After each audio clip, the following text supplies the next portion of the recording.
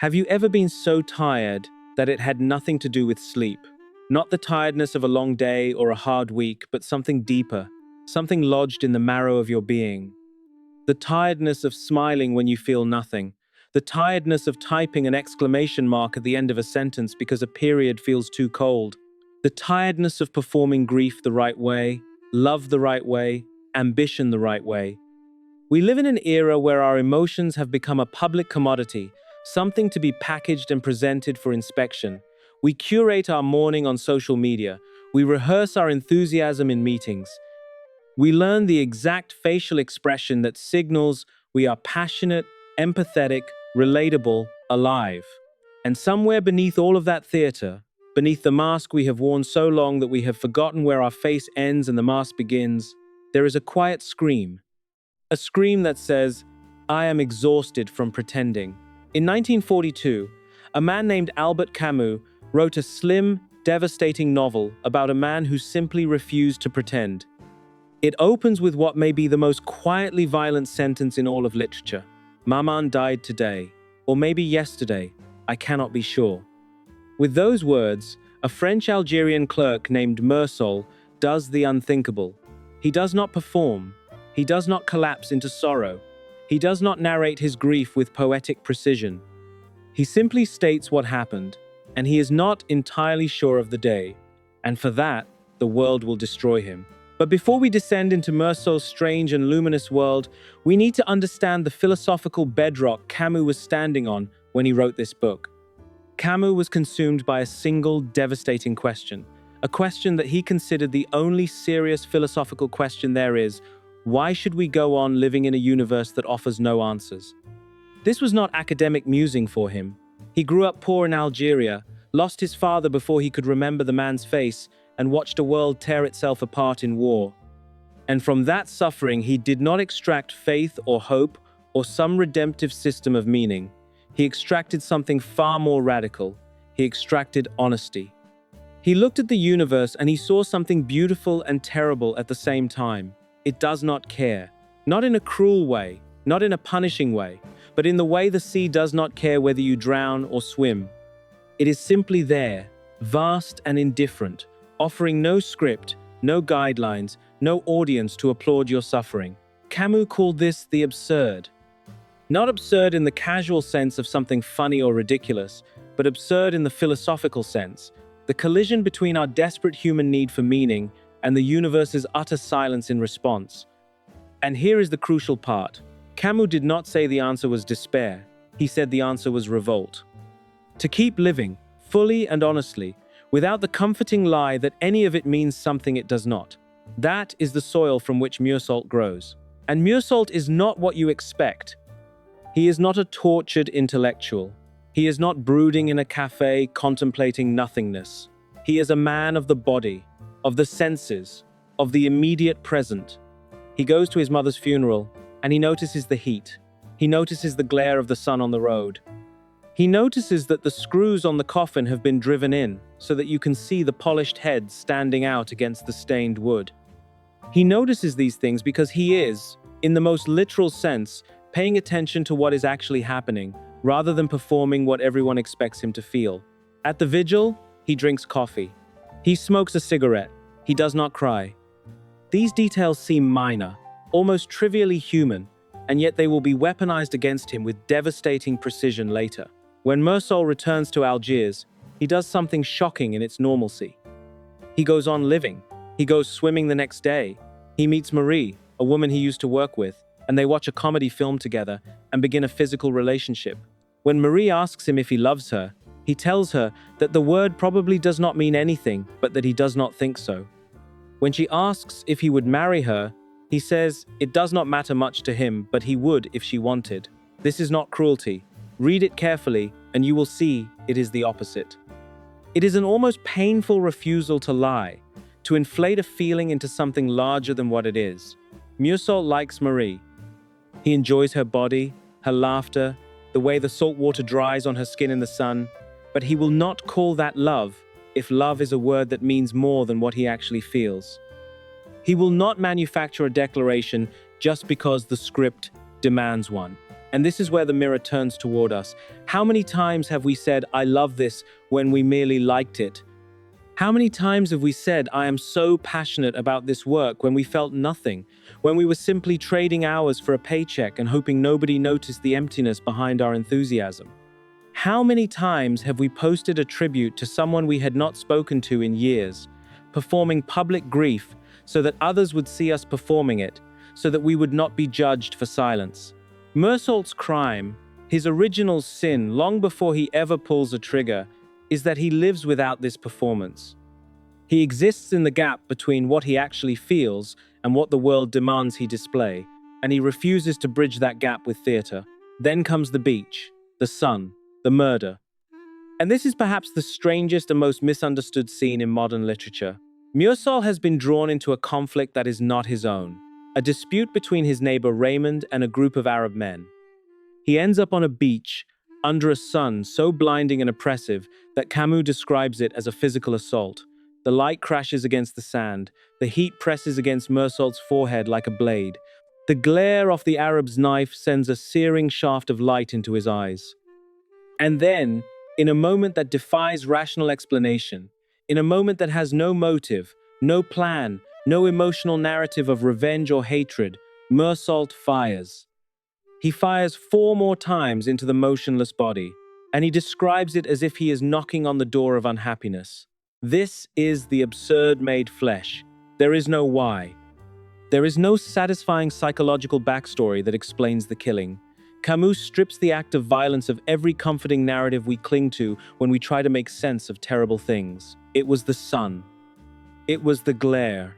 It was the heat pressing against his skull until the world cracked open. To read this scene honestly is to confront something we desperately do not want to confront. That human action is not always rational, not always motivated by a clean chain of cause and effect, and that our insistence on finding a story behind every event is itself a kind of fiction. But it is what happens next that elevates this novel from a strange crime story into something truly prophetic about the world we now inhabit. Meursault is arrested, he is put on trial, and here is where Camus performs a masterful, almost surgical act of social criticism. Because the trial is not about the murder. The trial is barely about the Arab man who died. The trial is about whether Meursault cried at his mother's funeral. The prosecutor parades witnesses to the stand. The director of the nursing home where Meursault's mother lived, the caretaker who watched over her body. One by one, they testify not about the killing, but about Meursault's behavior at the vigil. He drank coffee, he smoked, he did not want to see the body, he did not cry, he went to a comedy film with a woman the next day. The prosecutor builds his case not on evidence of murder, but on evidence of monstrousness, and the monstrousness is defined entirely as a failure to perform. He actually says that Meursault is morally guilty of his mother's death because of his emotional indifference. Think about that. A man is being sentenced not for what he did, but for what he did not feel, or more precisely, for what he did not display. This courtroom is not a relic of 1940s Algeria. This courtroom is the internet. This courtroom is the office. This courtroom is Thanksgiving dinner. This courtroom is every space where we are watched, evaluated, and judged, not by our actions, but by the emotional performance that accompanies them. We live in a culture of mandatory affect. You must be devastated by the right tragedies. You must be excited about the right causes. You must display your grief, your joy, your outrage in the correct dosage, at the correct time, with the correct tone. And if you do not, if you are simply quiet, or uncertain, or honestly indifferent, you are not seen as human. You are seen as defective, as cold, as a monster.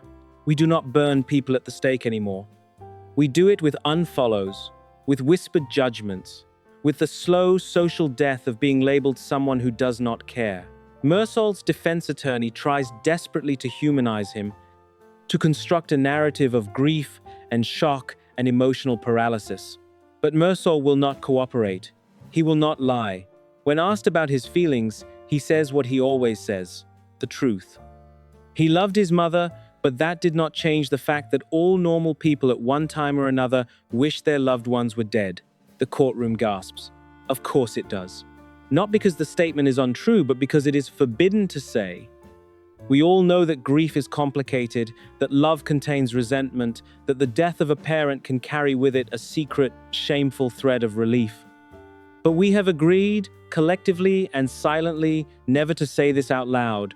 Meursault breaks that agreement, and the court breaks him. He is found guilty. He is sentenced to death. And in his cell, waiting for the blade, something extraordinary happens. A chaplain comes to him, wanting to offer the comfort of God, wanting to give Meursault a story to hold on to in his final hours. And Meursault, for the first time in the novel, erupts. He grabs the chaplain by his cassock and pours out everything he has kept contained. He does not want certainty. He does not want a narrative. He does not want to be saved. He says that nothing matters, that the chaplain's certainties are not worth one hair on a woman's head. He says he has lived this way, and he could have lived that way, and none of it meant anything. And then, after the outburst, after the chaplain leaves, Meursault experiences something that can only be described as a kind of dark enlightenment.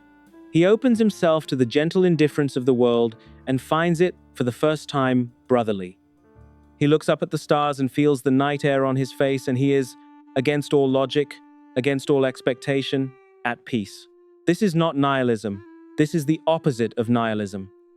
Nihilism says nothing matters, and therefore nothing is worth doing. Meursault arrives somewhere far more radical. He arrives at the realization that nothing has inherent meaning and therefore everything is equally precious. The touch of Marie's skin, the salt air off the Mediterranean, the way light hits the wall of his cell at certain hours. These things are not meaningful because they point to something beyond themselves. They are meaningful because they are themselves. Once you stop trying to find the meaning behind the moment itself becomes the meaning. And once you stop performing an emotion you do not feel, the emotions you do feel become startlingly vivid. This is the liberation Camus offers, and it has never been more urgently needed than now. We are drowning in performance. We are exhausted by the relentless demand to be on, to be passionate, to be inspired, to be living our best life. We rehearse our personalities for job interviews and first dates. We calibrate our online presence to project the right mixture of vulnerability and strength. We have become so skilled at the theater of being human that we have lost contact with the experience of being human. And somewhere in that gap, in that space between the mask and the face, we are suffocating. Meursault does not offer us a model for how to live. He is not a hero. He killed a man, and nothing in Camus' philosophy excuses that. But he offers us a mirror, and in that mirror we see the terrible price of honesty and the even more terrible price of its absence. He shows us what happens when a person simply will not play the game, and he forces us to ask, is the game worth playing? We do not have to become Meursault. We do not have to stop crying at funerals or refuse to say I love you.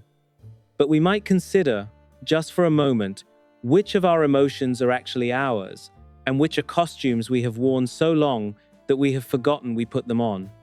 We might consider that the exhaustion we feel is not a personal failure but a rational response to an irrational demand. The demand that we perform a self we never chose to be, for an audience that is itself performing, in a theater where the lights never go off.